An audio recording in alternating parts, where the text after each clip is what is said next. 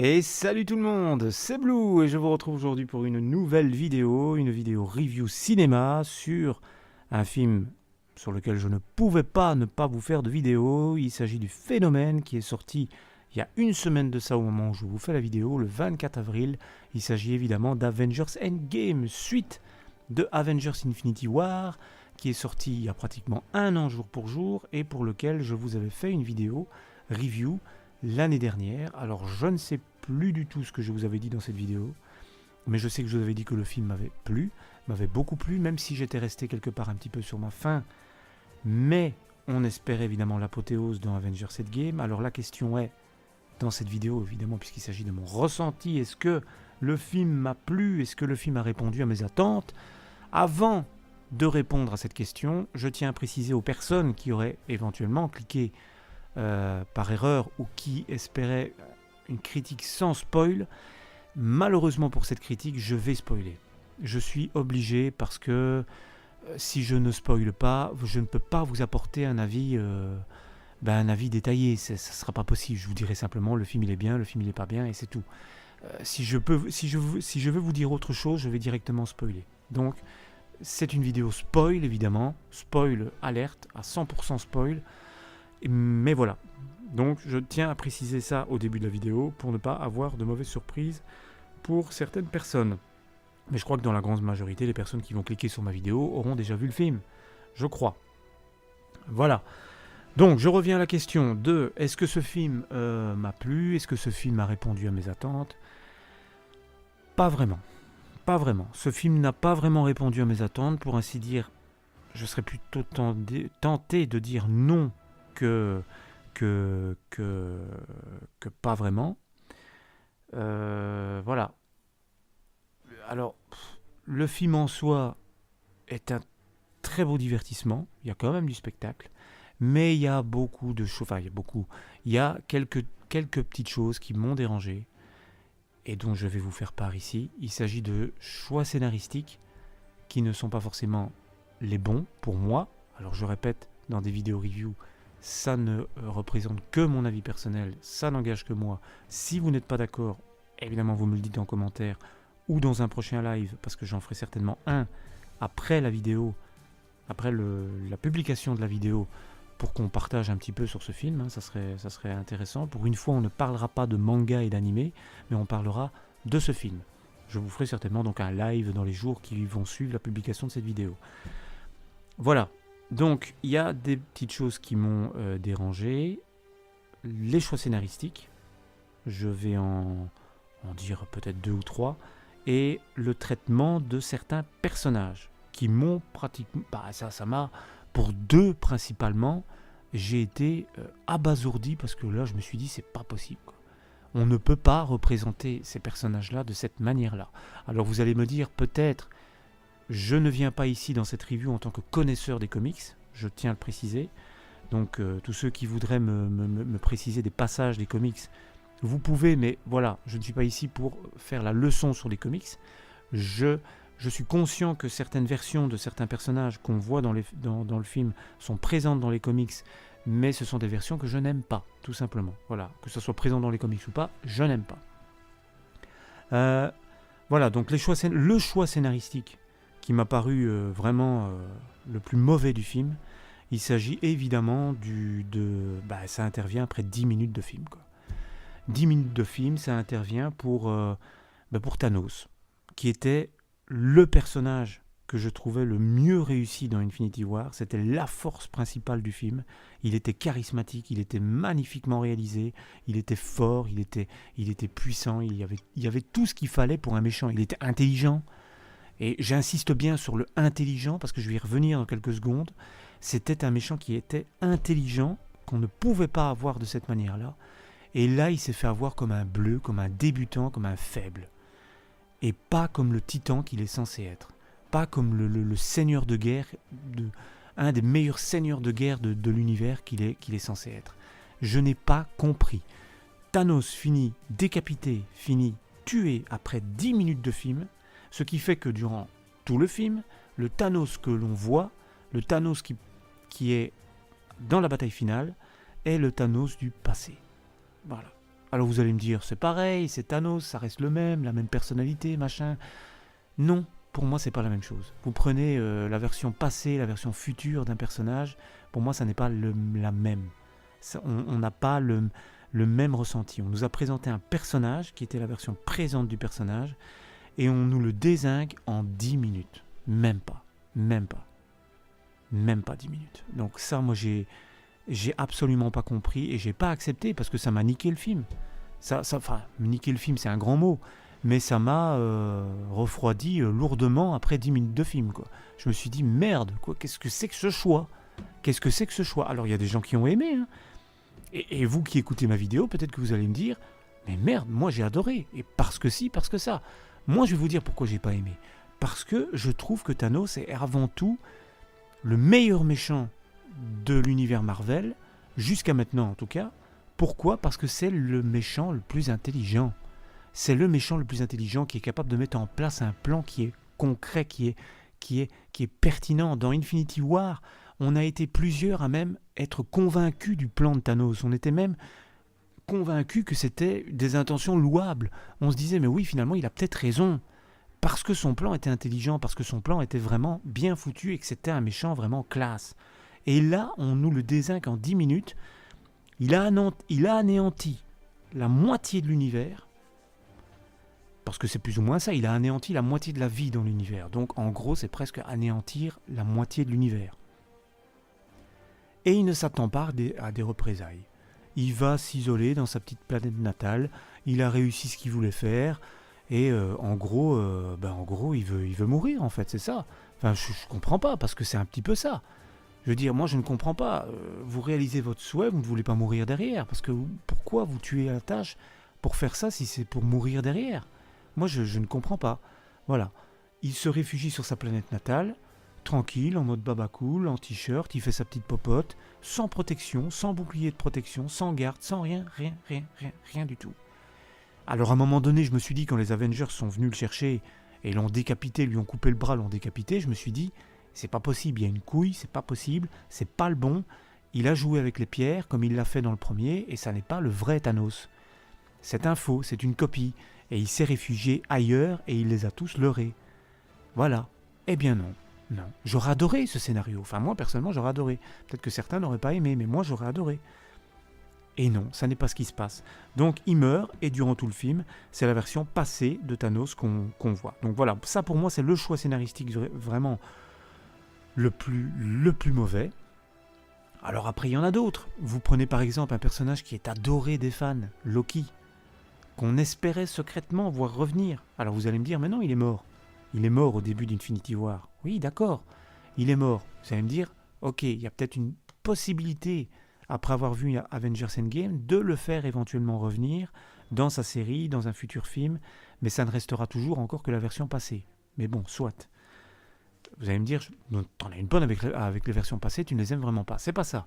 C'est juste que Loki, je ne sais pas si vous vous souvenez, si vous avez vu un minimum ce qui avait circulé sur Internet, mais il y avait plein de théories qui avaient circulé sur Internet, et des théories, ma foi, vraiment pas mal, vraiment bien foutues. Et aucune n'a été utilisée pour ce film. Alors c'est pour nous surprendre, mais moi ça m'a surpris négativement, parce que je me suis dit, un tel personnage, ça aurait été cool de le voir revenir, ou de tenter une dernière fourberie. Voilà, ça n'a pas été le cas. Donc, on verra dans sa prochaine série maintenant sur Disney+, comment est-ce que ça se passera, mais il n'y a rien eu, il n'y a pas eu de surprise à ce niveau-là. Le fait de jouer avec les voyages dans le temps, oui, mais c'était peut-être pas forcément judicieux. Enfin, on s'y attendait tous, hein, que ça allait se passer comme ça. Moi, il y avait un manque de surprise. J'ai pas vraiment été réellement surpris avec ce voyage dans le temps, parce que je savais que ça se passerait comme ça. Et j'ai pas été surpris. J'ai trouvé que vers le milieu du film, voire même pendant un petit bon bout de temps, pendant même une heure et demie, il y a un creux. Il se passe pas grand chose. Alors heureusement qu'il y a beaucoup d'émotions, mais il se passe pas grand chose. Donc ça c'est vraiment, voilà, ce sont tous des choix scénaristiques qui pour moi ne sont pas nécessairement pertinents. Alors il y a tellement de choses dont je voudrais vous parler sur ce film, je ne peux pas tout aborder dans cette vidéo, sinon elle va faire 50 minutes, et c'est pas mon but. Donc j'aborde ici les points un petit peu essentiels dans la vidéo, mais j'en aborderai d'autres dans le live avec vous. Je vais aussi aborder le traitement des personnages. Le traitement de certains personnages, deux, pour être précis. Surtout deux. Après, il y en a d'autres qui n'ont pas été top, mais bon, ça allait encore. Ce sont des personnages qui ne m'intéressent pas fort de base, donc, et puis qui ne sont pas vraiment hyper importants, donc ça va. Mais qu'est-il arrivé à Thor et à Hulk ? Merde, quoi. Dans Infinity War, c'était des personnages qui étaient extraordinaires. Enfin, dans Infinity War, on ne voit pas vraiment Hulk. Parce qu'il n'arrive plus à se transformer, donc on se demande un petit peu ce qui va se passer. On s'attend à ce que dans Endgame, Hulk revienne plus fort et plus méchant que jamais. Et Thor, il était tout simplement monstrueux dans Infinity War. C'est presque lui qui a réussi à tuer Thanos. Alors vous allez me dire, mais il a réussi à le tuer, c'est lui qui le décapite. Oui, mais enfin, voilà, ça compte plus. Ça compte pas. Ça compte pas. Donc, voilà. J'ai pas aimé le traitement de Thor, parce que, excusez-moi, mais dans ce film Endgame, c'est un gros porc. Pourquoi nous avoir fait ça ? Pourquoi nous avoir fait ça ? Non seulement c'est un gros porc, durant tout le film, donc ça c'est vraiment un problème, alors qu'au début on nous montre un Thor qui est névrosé, un petit peu déprimé, parce qu'il se sent coupable, il est vraiment mal, il est au 36e dessous. Oui, ok, je comprends. Ça, c'est tout à fait logique et c'est tout à fait normal. Mais pousser à l'extrême et nous montrer un bibendum durant tout le film, non, ça va pas. C'est un dieu asgardien. C'est pas un simple guerrier lambda. J'ai pas compris. J'ai pas aimé cette version. J'ai pas aimé cette version de Thor. Moi, il y a quelque chose qui m'a vraiment dérangé. Ça n'est pas Thor, ça n'est pas le Thor que je voulais voir. Et même jusqu'à la bataille finale, je veux dire, il est jamais impressionnant, Thor. Jamais il a véritablement son heure de gloire. Si bien qu'à la fin, Captain America arrive même à lui prendre le marteau, il arrive même à soulever le marteau à sa place, quoi. C'est aberrant, quoi. Je veux dire, voilà. Par contre, ils ont bien misé sur Captain America, hein, mais ça, je vais peut-être y revenir après. Mais là, Captain America est bien mis en avant. Thor, par contre, c'est une boucherie, c'est catastrophique. Moi, c'est ce que j'ai pensé, franchement. Je me suis dit, merde, quoi. Merde, non, c'est pas possible. Nous le montrer complètement au 36e dessous, au début du film, je veux bien comprendre, mais après, à la bataille finale, il doit relever la tête. Il doit être de nouveau celui qu'on a connu dans Infinity War, et être vraiment le dieu asgardien qu'on aime, quoi. Voilà, enfin, moi, j'ai pas compris. Voilà. J'ai pas aimé la version de Thor, je n'ai vraiment pas compris. Par contre, ce qui reste bon chez lui, et qui était vraiment mis très en avant dans Thor Ragnarok, c'est son humour. L'humour de Thor est excellent. D'ailleurs, l'humour dans le film est très bon. Ça fait partie des points positifs sur lesquels je reviendrai peut-être à la fin de la vidéo. Autre personnage qui est vraiment ridicule dans ce film, c'est Hulk, évidemment. Non et encore non. Le Hulk que j'aime, le Hulk avec lequel j'ai grandi, c'est pas celui-là. Alors bien sûr, vous allez me dire, mais Blue, il y a ça aussi dans les comics. Ça se passe aussi comme ça. Hulk parle, Hulk devient intelligent, Hulk ci, Hulk ça. Oui, d'accord. Mais c'est pas parce que ça se passe dans les comics que c'est forcément top. Et c'est pas forcément une version que moi j'ai envie de voir dans les films. Et cette version-là, je veux pas la voir. Vraiment, je veux pas la voir. Moi, je veux voir un Hulk fou furieux. Un Hulk qui casse tout. Un Hulk qui est vraiment d'une puissance phénoménale. Un Hulk qui aurait pris sa revanche sur Thanos. Parce que je vous rappelle quand même qu'au début d'Infinity War, il prend une fameuse raclée. Donc, j'aurais voulu qu'il prenne sa revanche. Pas une seule fois, il la reprend. Il la prend. Je veux dire, on a affaire à un Hulk qui fait un dab et des selfies, quoi. Non. Moi, je suis désolé. J'ai grandi avec un Bruce Banner, enfin plus précisément un David Banner, parce que moi, j'ai grandi avec la série des années 80 qui était tout simplement monstrueuse, magnifique, encore aujourd'hui. Mais j'ai grandi avec ça, avec un scientifique qui est timide, qui est faible, à l'intérieur de qui il sommeille une force destructrice, une fureur, une folie, une puissance incroyable qu'il arrive à déchaîner quand il laisse sortir Hulk. Et ça, c'est jouissif. Mais là, je suis désolé, mais les frères Rousseau ont tué Hulk. Ils l'ont tué. Il y a une scène qui m'a frappé, notamment quand ils font le bond dans le passé, et qu'à un moment donné, ils se retrouvent dans la bataille de New York, où on voit justement Hulk, qui à ce moment-là était encore le Hulk casse-tout.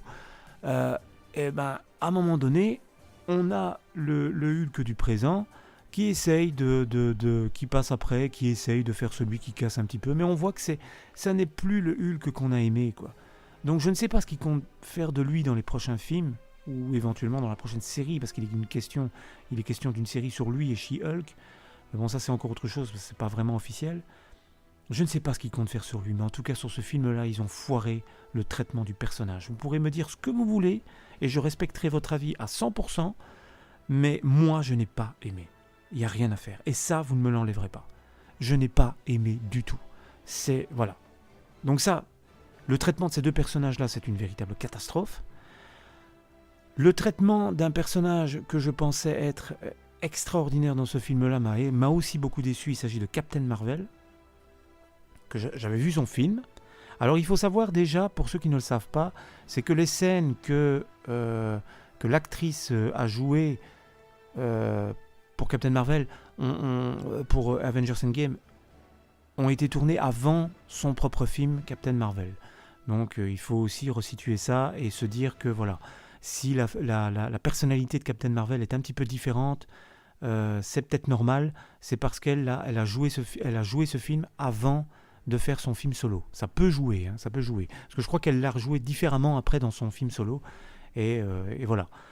Mais je n'ai pas vraiment aimé Captain Marvel. Pourquoi ? Déjà parce qu'elle n'apparaît que quelques minutes.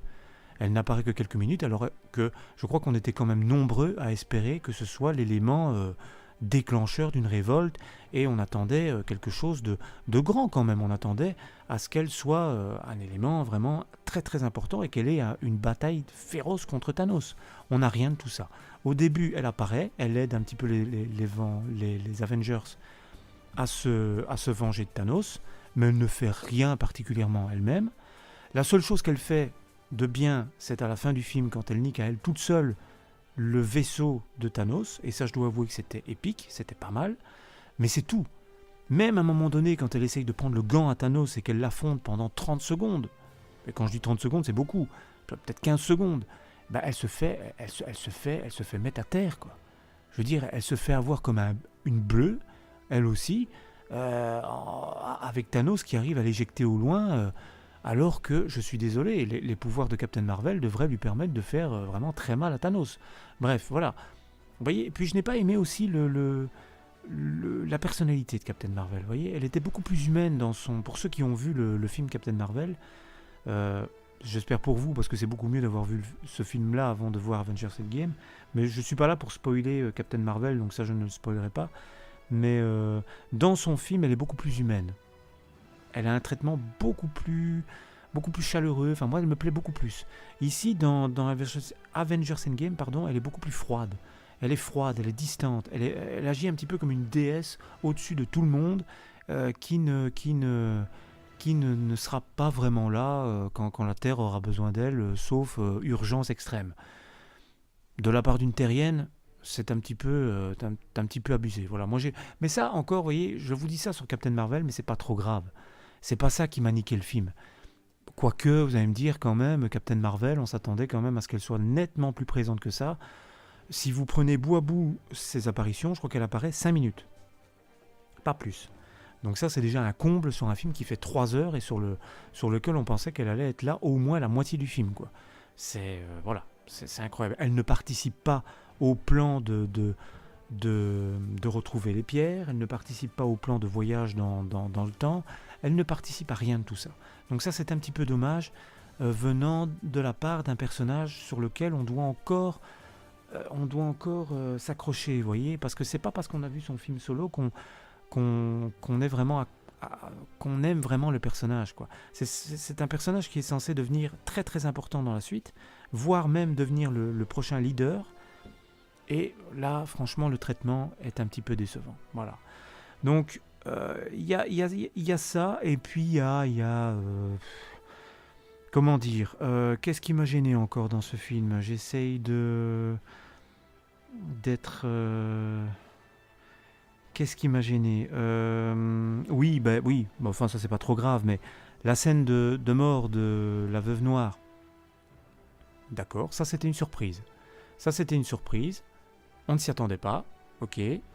Mais je ne sais pas si vous avez remarqué, mais c'est un copier-coller total, avec même la musique, de la mort de Gamora. C'est la même chose. Donc là, ils se sont pas foulés. Moi, quand j'ai vu la scène, je me suis dit, ok, c'est émouvant, mais on l'a déjà vu dans Infinity War, ça. Donc je veux dire, l'émotion, elle était là, mais un petit peu un cran en dessous de Gamora, parce que ça, c'était quelque chose de fort, de très fort. Quand vous refaites la même scène, bah, ouais, ok, c'est chouette, mais c'est la même. Pour moi, ça m'a fait un sentiment de copier-coller, donc voilà, moi, j'ai pas vraiment aimé. Par contre, oui, c'était une surprise de voir la veuve noire mourir. Y en a certains qui sont contents de sa mort parce qu'ils disent qu'elle ne servait de toute manière à rien. Moi, je ne dirais pas ça parce que c'était un personnage que j'aimais bien, hein, parce que j'aime bien Scarlett Johansson et je trouve qu'elle a vraiment rendu ce personnage super intéressant. Et je n'ai pas trouvé ça très pertinent étant donné qu'ils vont sortir un film sur la veuve noire, parce que ça risque de rebuter certaines personnes qui vont se dire bah ça ne sert plus à grand chose d'aller voir son film étant donné qu'elle va mourir, donc on n'aura pas vraiment de suite à son film puisqu'elle est morte. Donc on va certainement parler de son passé et après bah, ce sera tout, puisqu'elle n'aura plus de présent, puisqu'elle elle est morte, à moins qu'on la fasse revenir. Maintenant, avec cette histoire de saut quantique, de retour dans le passé, de jouer avec le temps, tout est encore possible. Voilà, tout est encore possible. On peut éventuellement faire revenir les personnages, même si à la fin du film, on nous fait clairement comprendre que ça n'est pas possible. Mais voilà. Donc ça, moi, je ne... Voilà, c'est pas vraiment... y a aussi un autre choix scénaristique que je n'ai pas vraiment compris, que je n'ai pas vraiment... Non, je n'ai pas compris. Enfin, c'est pas vraiment que je n'ai pas apprécié, il faudra voir, mais je n'ai pas vraiment compris. C'est le choix de mettre Faucon comme futur Captain America. Ouais. Alors autant j'ai bien aimé le fait de voir un Captain America vieillissant et qui a finalement profité de rester dans le passé pour rester avec celle qu'il aime. C'est un choix scénaristique que j'ai bien apprécié parce qu'on s'attendait à ce qu'il meure et quelque part c'est une mort quelque part de Captain America parce que Captain America c'est fini. Il est mort quelque part, même s'il est encore vivant, il peut encore rester comme mentor, mais voilà, il ne sera plus jamais le Captain America qu'on connaît, bien évidemment. Mais voilà, ça j'ai bien aimé, mais autant je n'ai pas compris pourquoi est-ce qu'il a donné le bouclier à Faucon, qui ne possède pas de pouvoir de force physique surhumaine. Donc à part si on lui construit un costume de Captain America différent de celui d'origine, je ne vois pas trop l'utilité de mettre ce personnage-là qui ne m'a jamais accroché. Je n'ai jamais accroché à ce personnage-là depuis le début. Donc je reste vraiment fort mitigé. Vraiment fort mitigé, et je ne vois pas en quoi ça peut hyper les gens de mettre Faucon en Captain America. Qu'est-ce que vous en avez pensé quand vous avez vu ça ? Je crois que peu de gens ont vraiment été hypés et peu de gens ont vraiment adoré cette idée. Parce que franchement, Faucon en Captain America, je demande à voir. Je ne dis pas que ça sera une horreur, que ça sera une bouse, mais je suis vraiment mitigé. Je me dis, ouais, c'est une surprise, parce qu'on attendait le soldat de l'hiver, mais on attendit Bucky à la place de Steve Rogers, mais voilà. J'ai pas bien compris. Mais voilà. Bon, passons. Voilà.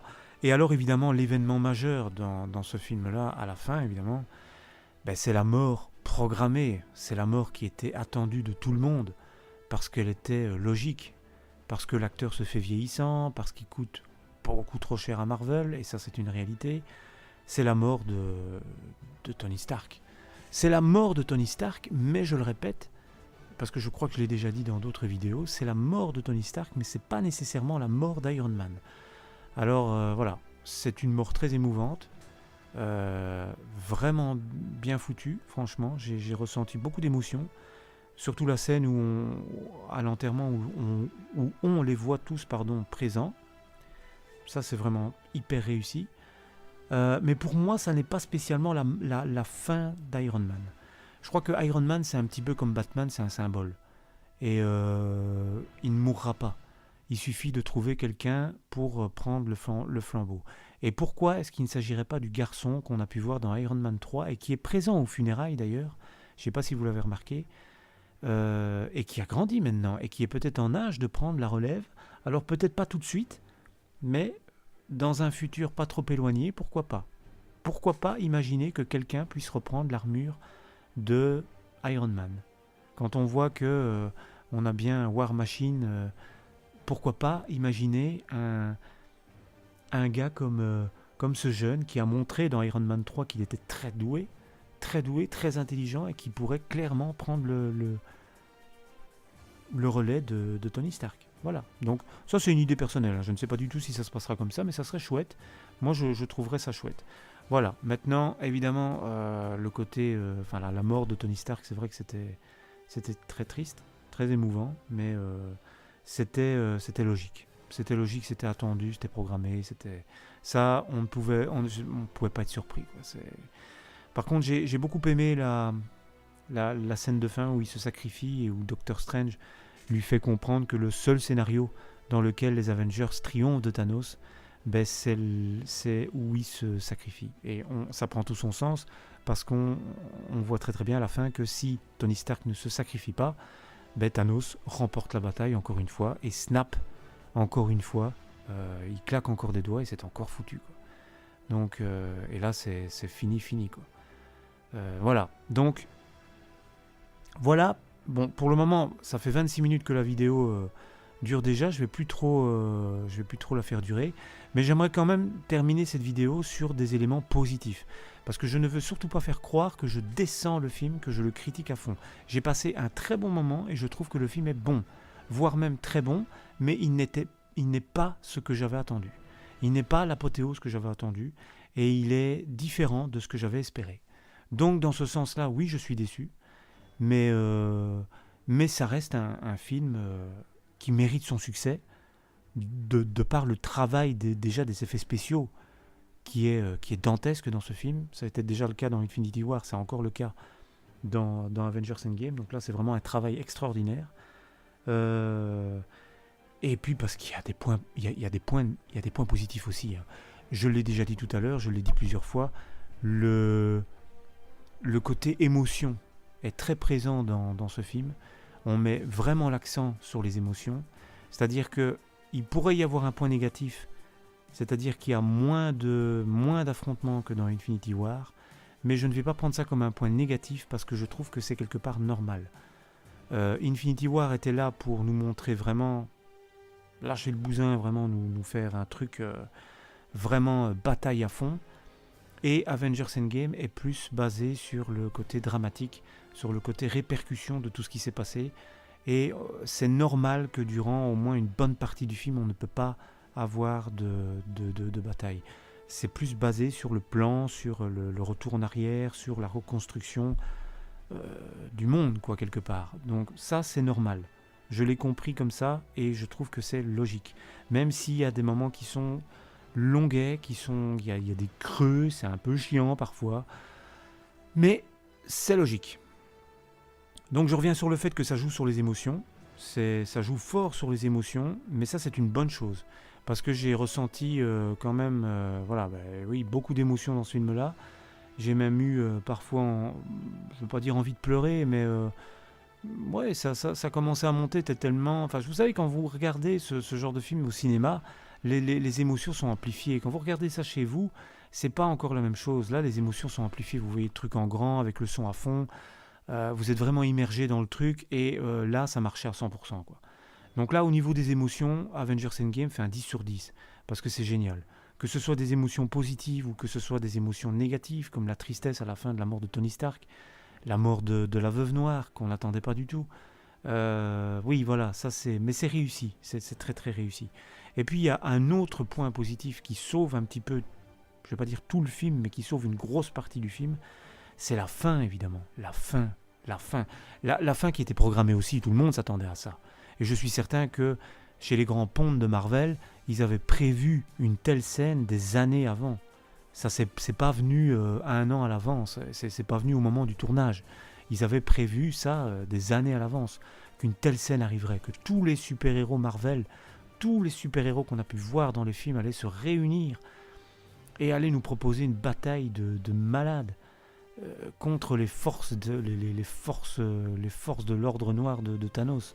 Voilà, Ça, c'est dantesque, ça, c'est magnifique, et ça, je n'ai absolument rien à redire sur cette scène. Elle est géniale, si ce n'est qu'elle est trop courte. Mais il faut bien comprendre qu'une telle scène demande un temps monstrueux pour être réalisé, pour être monté, et ça coûte énormément de pognon. Donc je peux comprendre que cette scène ne dure pas 30 minutes, mais j'aurais voulu qu'elle soit allongée de 5-10 minutes, ça n'aurait pas déjà été mal. Mais voilà, on va pas faire la fine bouche, la scène de fin d'Avengers Endgame est monumentale, elle est jouissive, elle est géniale, et on n'a rien à redire, on ne peut rien avoir à redire à cette scène qui est vraiment géniale. J'ai eu les poils qui s'hérissaient en voyant cette scène, je me suis dit c'est pas vrai, c'est génial. Ça c'est ce qu'on voulait, ça il n'y a pas de souci, c'est ce qu'on voulait. Ça, il n'y a pas à chier, vraiment, c'est la scène qui sauve le film. Ça, c'est clair. Il y a aussi un autre élément positif, c'est le traitement de Captain America. Captain America, voilà, qui ne meurt pas, mais il en termine avec son rôle de super-héros à la fin du film, et on peut dire qu'il est clairement mis en avant. Avec ce Avengers rassemblement à la fin, c'est génial, quoi. Et il est vraiment très très mis en avant, de par le fait que au début de la bataille finale, c'est lui qui se retrouve seul face à Thanos et il arrive à lui tenir tête, même si on voit clairement qu'il est inférieur à Thanos et c'est tout à fait normal. Mais et à un moment donné, voilà, c'est une continuité de ce qu'on avait vu dans Avengers 2. Il a cette possibilité, il a le cœur pur qui lui permet il est assez digne pour soulever le marteau de Thor, quoi. Voilà. Captain America, c'est un petit peu tout l'inverse de Thor dans le film. Thor est très décevant. Captain America est très satisfaisant. Voilà. Donc voilà, donc j'ai fait un petit peu le point, mais maintenant c'est pas tout ce que je vous ai dit, c'est pas une liste exhaustive, hein. Franchement, il y a d'autres trucs dont j'ai certainement oublié de vous parler, donc ne venez pas me mettre des commentaires en me disant tu as oublié ça, mais oui, sûrement, j'ai oublié des trucs. Ouais, sûrement, clairement. J'ai oublié plusieurs trucs, j'ai oublié de parler de certains personnages. Oui, certainement, mais j'ai essayé d'être succinct, et encore, la vidéo elle fait 32 minutes, quoi. C'est énorme. Mais bref, voilà, on continuera ce débat sur Avengers Endgame dans un live. C'est un live qui se fera très rapidement. Je vais quand même vous laisser le temps de voir la vidéo, et puis je ferai un live, je crois. Et là, on se consacrera un petit peu à Avengers Endgame. Pas qu'on ne pourra pas parler d'autre chose, mais on parlera en grande majorité d'Avengers Endgame pour voir un petit peu ce que vous en avez pensé. Voilà, maintenant, bon, si beaucoup d'entre vous ne l'ont pas vu, on verra bien. On ne va pas spoiler les gens, mais voilà, on verra bien. Mais voilà, écoutez, donc dans l'ensemble, c'est un film qui m'a un petit peu frustré. Je crois que le mot frustrant, c'est le bon mot. C'est le bon mot parce que c'est frustration, c'est le mot qui me vient à l'esprit, parce que même s'il y a de la jouissance dans ce film, qu'il y a un côté épique, s'il y a de la frustration de se dire que les frères Rousseau, les réalisateurs, n'ont peut-être pas su tirer toute la puissance du matériau qu'ils avaient entre les mains. Ils avaient quelque chose de dingue. Alors bon, maintenant, ils sont bridés par certaines choses, hein. Ils ne décident pas de tout. Ils ne peuvent pas faire ce qu'ils veulent. Ça, je suis bien conscient de ça. Marvel est aussi responsable. Mais je trouve honnêtement que comme finale d'une ère, parce que c'est la fin d'une ère, voilà, on perd Captain America, on perd Iron Man, on perd la Veuve Noire. Il y a beaucoup de choses qui vont changer dans les prochains mois et les prochaines années, pour plein de super-héros, hein, Spider-Man, Doctor Strange, enfin bref, Captain Marvel. J'ai hâte de voir les prochains films, voir un petit peu comment est-ce que ça va aller. J'ai hâte de voir leurs prochains films. Mais voilà, c'est la fin d'une ère, et je trouve que comme finale, comme apothéose de la fin d'une ère, on aurait dû voir ça autrement. Moi, je vous dis, il y a quelque chose qui m'a vraiment choqué, c'est le traitement des personnages, de certains personnages. Je vous en ai parlé dans la vidéo. Et ce truc aberrant, ce choix scénaristique aberrant sur Thanos, quoi. J'ai pas compris. J'ai absolument pas compris. Maintenant, vous allez peut-être me laisser des messages, et allez-y, donnez-moi votre version des faits. Mais voilà, moi la déception elle est là, ça vous ne me l'enlèverez pas. Et moi maintenant je ne prétends pas avoir le scénario parfait. Il n'y a pas de scénario parfait. Tout scénario a ses faiblesses, tout scénario a ses points forts. Mais moi, c'est clair que je l'aurais fait autrement. Voilà. Mais on est plein de fans à vouloir que ça soit autrement. Plein de fans à avoir de bonnes idées. Et je suis le premier à dire que finalement, ce sont les fans, bien souvent, qui ont les meilleures idées.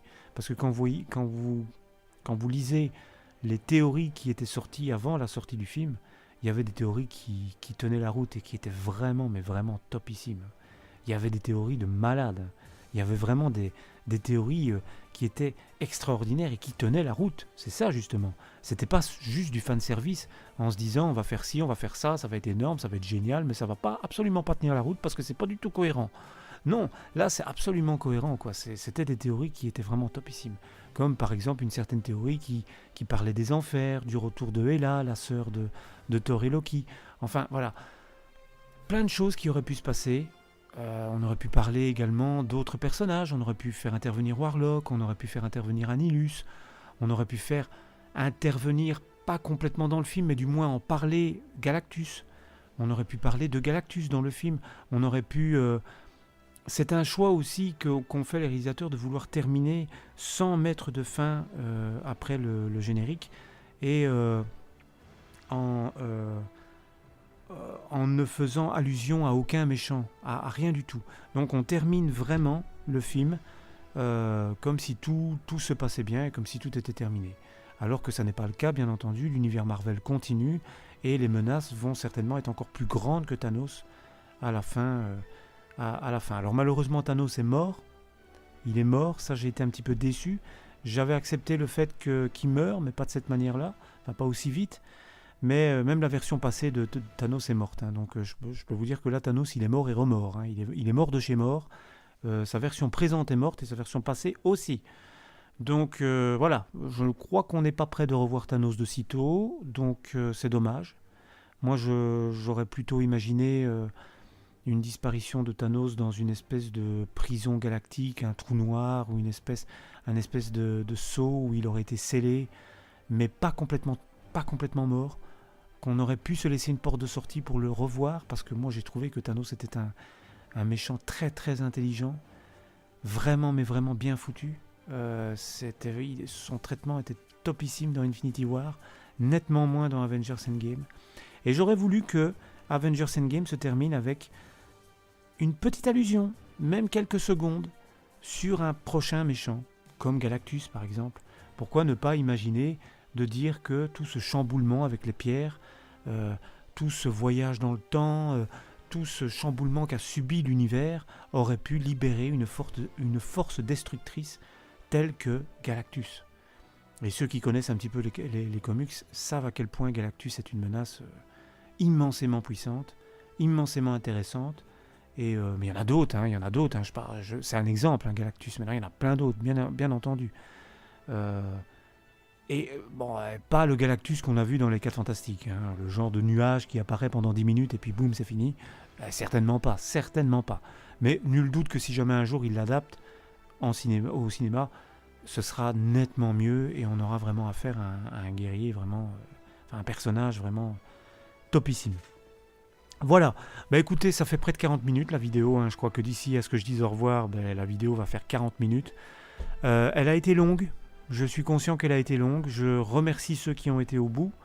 Je vous donne rendez-vous pour un prochain live. J'espère que vous viendrez nombreux. Je sais qu'il y a des habitués qui viennent me voir lors des lives. Donc je vous attends bien entendu pour qu'on discute ensemble de ce film en espérant que vous l'avez vu. Je crois qu'on est très nombreux à l'avoir vu, mais il y en a encore beaucoup qui ne l'ont pas vu. Donc voilà. Sur ce, donc, je vais vous laisser. Voilà, donc Avengers Endgame, très bon film, très bon divertissement qui mérite son succès. Au moment où je vous en parle, le film a déjà atteint le milliard. Hein, le milliard après moins d'une semaine, donc c'est déjà faramineux et le film va très certainement arriver à 2 milliards, voire même arriver à détrôner Avatar. C'est pas impossible. Ça serait énorme et ce serait mérité. Il le mérite même si, je vous le répète, j'ai été un petit peu déçu parce que je n'ai pas eu ce que j'attendais. Voilà. Mais maintenant, après, voilà, mes attentes étaient trop grandes, peut-être. Ça, c'est un fait. Ça, c'est un fait que mes attentes étaient peut-être un peu grandes. J'en attendais beaucoup trop, peut-être, c'est vrai.